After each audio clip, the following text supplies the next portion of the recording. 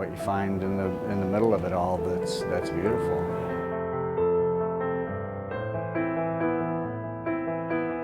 I find a lot of corroboration between nature and industry.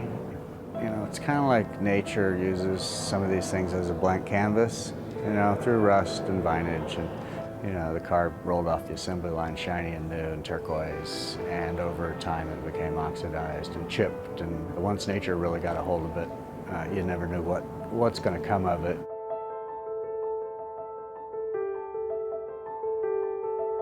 I was handed a camera when I was about 15 or 16. I kind of set out on the road when I was 17, out Route 66. It was still a functional highway, and a lot of material on it.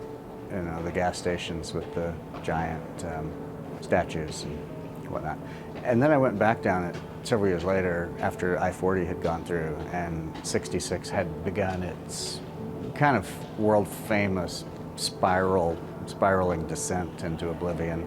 There's not much of it left, but what is, I think, is just as gorgeous as the day that it was new.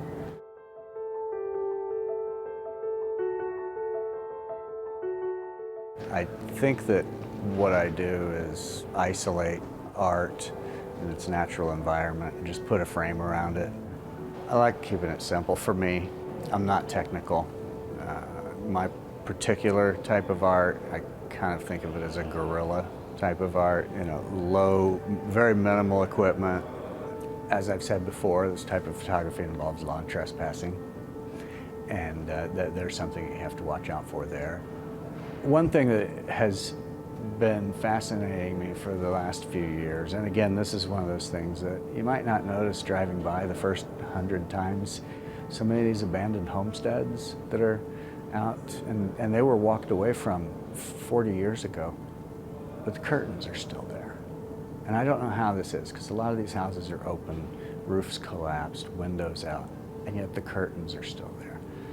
And that, to me, gives me a feeling of intimacy with somebody who was there 50 years ago, and they went out and they bought these little curtains, and they were so proud, and they brought them home and they hung them, and that's lasted.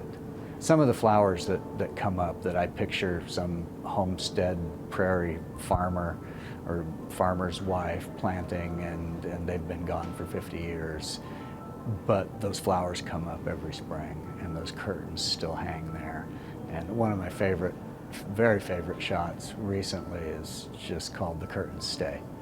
And it's the outside of a tar paper house, looking in the window at these curtains and a few canned items that are sitting up on the windowsill. It was my trophy shot of the last year or so. It's something I feel very good about.